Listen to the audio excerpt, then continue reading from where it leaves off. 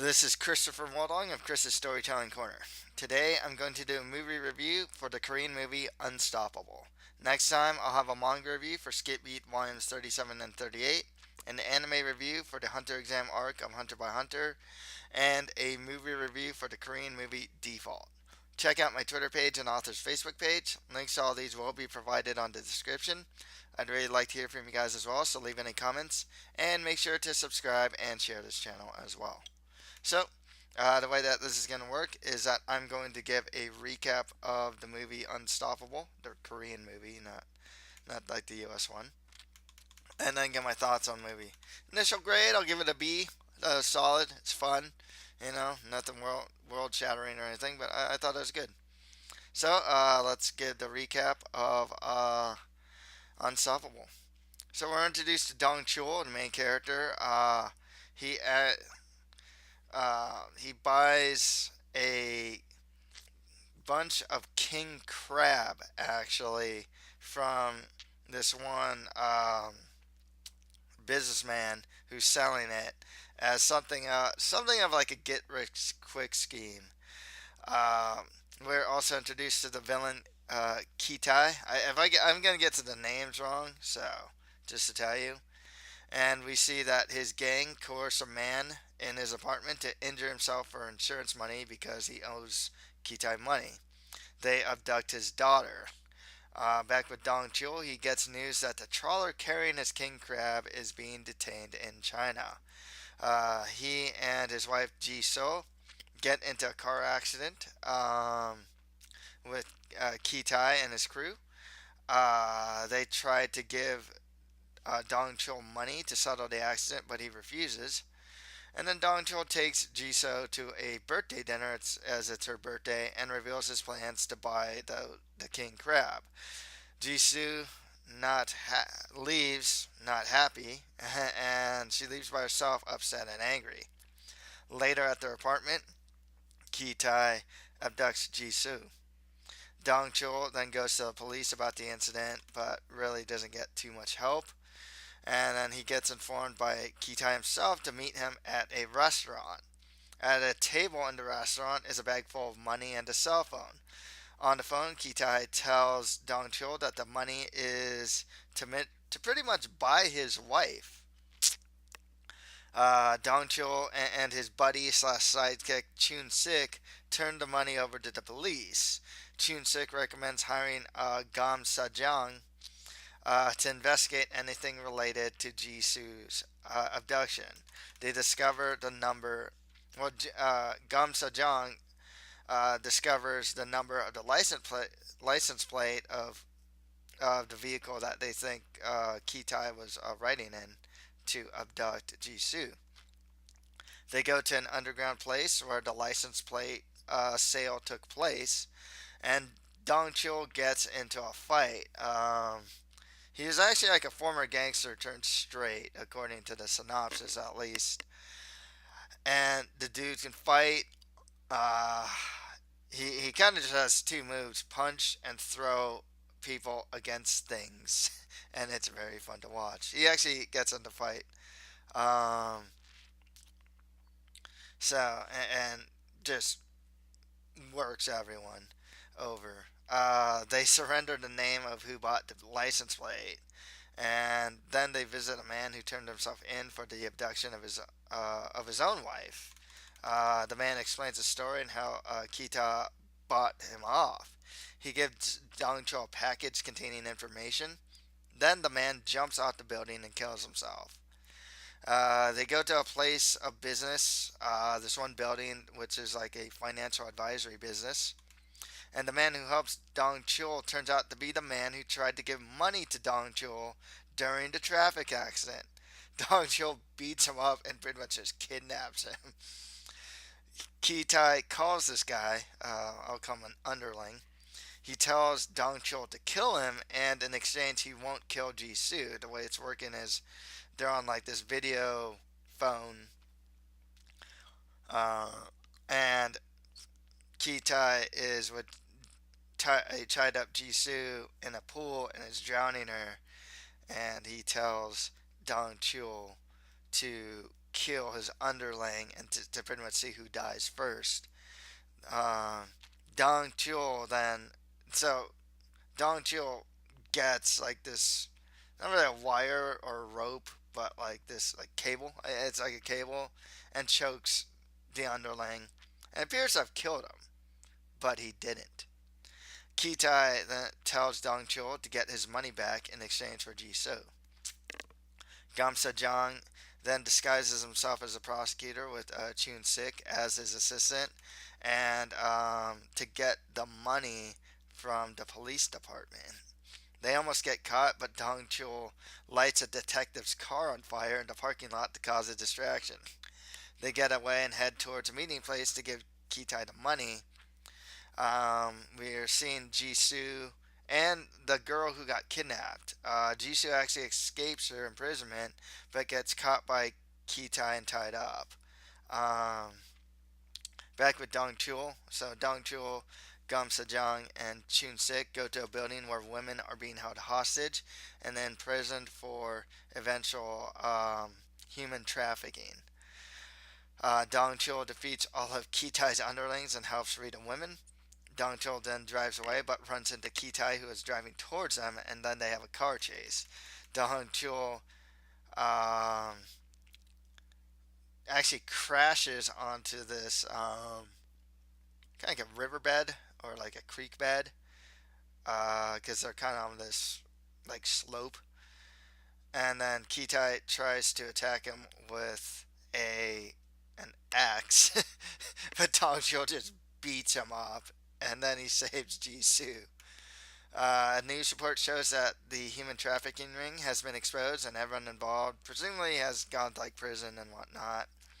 A news report shows that the trawler carrying the king crab has been set free because it is stuck in China, or the Chinese Sea area, and is headed towards South Korea.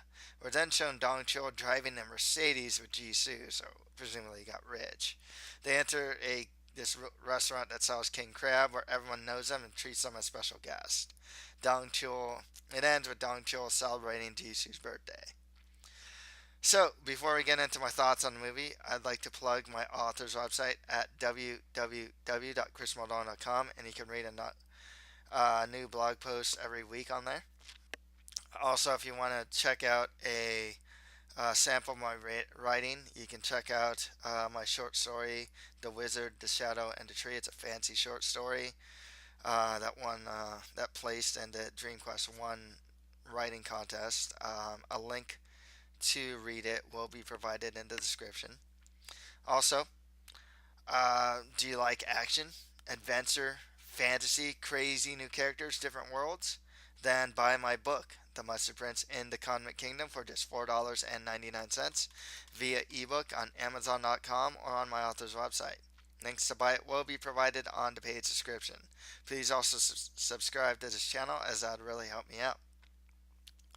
So, let's go with my thoughts. We'll just start with the characters. Dong-Chul, the protagonist. What a cool, I've always liked that, hidden badass type of character. I mean, this guy goes around, seems like just kind of like a hapless guy trying to make money. And it turns out that the guy is the ultimate badass, and it's just funny seeing this guy just beat people up. And the first time he got in a fight was just it was almost comical, because this one guy, Dong-Chul's trying to get money. I don't think I explained in the synopsis. Dong-Chul's trying to get money from this guy that actually owes him money. And the guy is just totally obstinate and ornery, and just, refuses to give him money and whatnot. And then he sicks his guys on him. And Dong-Chul just, after just getting, pushed a bit, he just throws one of the guys to the wall and just beats up everyone else. I mean, it's awesome. It's funny. It's over the top. Just to tell you, the action is totally over the top here. And then he gets his money. And it's a really funny scene. And then one more guy's there. He looks like he's going to stand up to Dong-Chul. And then he's all like, he says he's in a hurry, boss. It's like, You don't want to mess with this guy. You know, he's kind of like us, what we dream. You know, like normal guy, what we kind of dream of being in a sense of just like, but like this hidden hero protagonist, badass who can just beat up mobsters and underlings and save the girl, you know? And it's like, but he's just like a normal, he acts like a totally normal guy, you know? And he's married to Ji-Soo.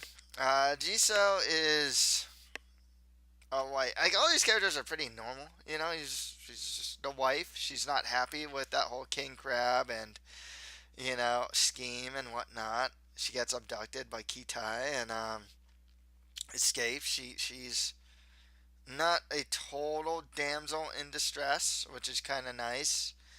But you know, obviously she can't do it alone. You know, she can't fight against Kitai and all his goons and whatnot.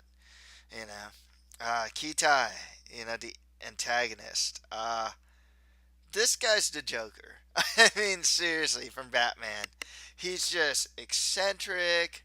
He's kind of a sociopath. He has a very particular worldview of just like everyone has a price.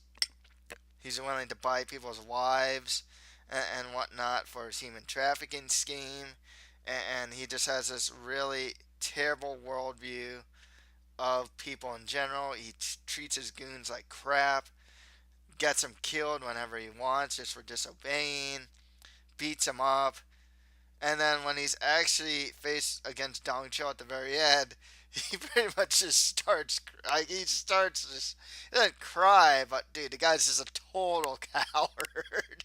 You know, he's just like, you know, like, my mom, he's just saying, like, my mom needs me. Um, you know, just please don't hurt me anymore. Like, and he just starts begging for his life. I mean, the guy's just a total coward. He's comically, he's a bad guy and a terrible person, but he's like, it's almost comical. It's like I said, it's like the Joker, where it's like, you can't truly, you hate the guy, but you can't truly hate the guy because he's like a character. You know, he's such a caricature of like this human trafficking ring. You know, I'd say like a mob boss, pretty much. You know, like, you know, he's young, kind of slick. You know, acts like he's slick and whatnot. Kind of crazy, kind of funny about it. Like he's just such a caricature. It's hard to. This whole movie, it's really hard to take seriously. What I like to say about this movie, it's taken an over the top taken. You know, where it doesn't take itself too seriously, and it really shows with Dong Chul's sidekicks, Goom Sajong and Chun Sik. You know, guy that's hot. Goom Sajong is hired to investigate. You know, he dresses up like this prosecutor guy. He's not particularly like a fighter or anything like that, but like, they're kind of like bunglers. You know, both these guys are bunglers. There's a scene where Goom Sajong gives Chun Sik like this spray which will darken his hair, and he gets it like all over his hands and whatnot, and like gets it all over his face to the point where it's like blackface pretty much, but it's not like in a racial way. And it's just kind of funny how much he just bungles by the very end. Chun Sik and Goom Sajong. Goom Sajong not as much as Chun Sik, but they're loyal. You know, Chun Sik especially really loyal friends. Um, like I said, just about the movie, you know, it's really over the top. It's nothing to be. It's fun, you know. It's like you don't need to take it too seriously. I liken it, like I said, taken over the top. You know, there's a lot of comedy.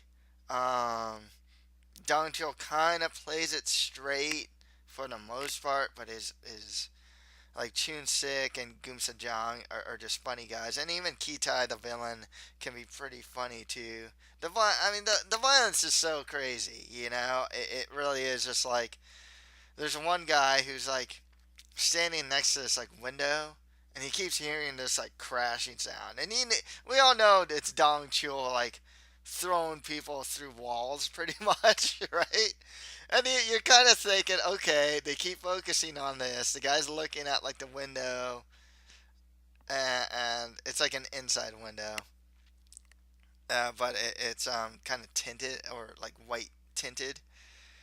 And then it's like, okay, some dude is gonna crash through the window, right? So the villain goes through the door. Dong-Chul punches through the door and just beats the dude up. Fights this like guy that does a bunch of spinning kicks and gets hit with the spin kicks and then beats the dude up. I mean, it's just it's so like you don't want to take it seriously, and it's fun. That's the thing. The plot is it's a really straightforward movie. You know, it's a bit cathartic too. You know, it's just kind of like there's this terrible man, Kitai, and he's about this like human trafficking ring where he's selling off women, and then he takes this dude's wife and some other women, and you want to see him get beat up, you know. And at the very end, you want to see this guy cower to the might of the protagonist, you know. And it's awesome. You just see it, and the guy is just begging for his life, and then he gets beat up. He gets like punched multiple times by Dong-Chul, and Dong-Chul's like the Terminator. Like, yeah, he gets slashed with a knife, you know, but like it doesn't really deter him. He doesn't get super injured, you know, which is kind of crazy. It's kind of the Terminator in that sense, and it just it's a real straightforward plot, you know.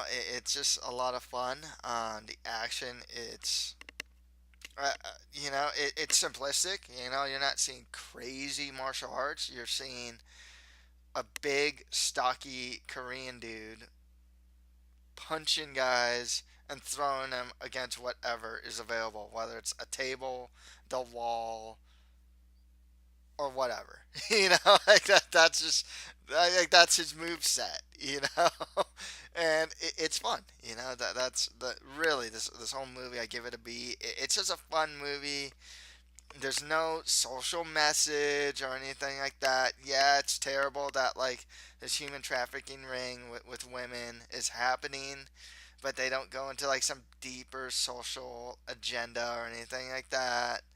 It is just kind of straightforward, a bit comical at times, not to be taken seriously, kind of over the top, but just a fun movie.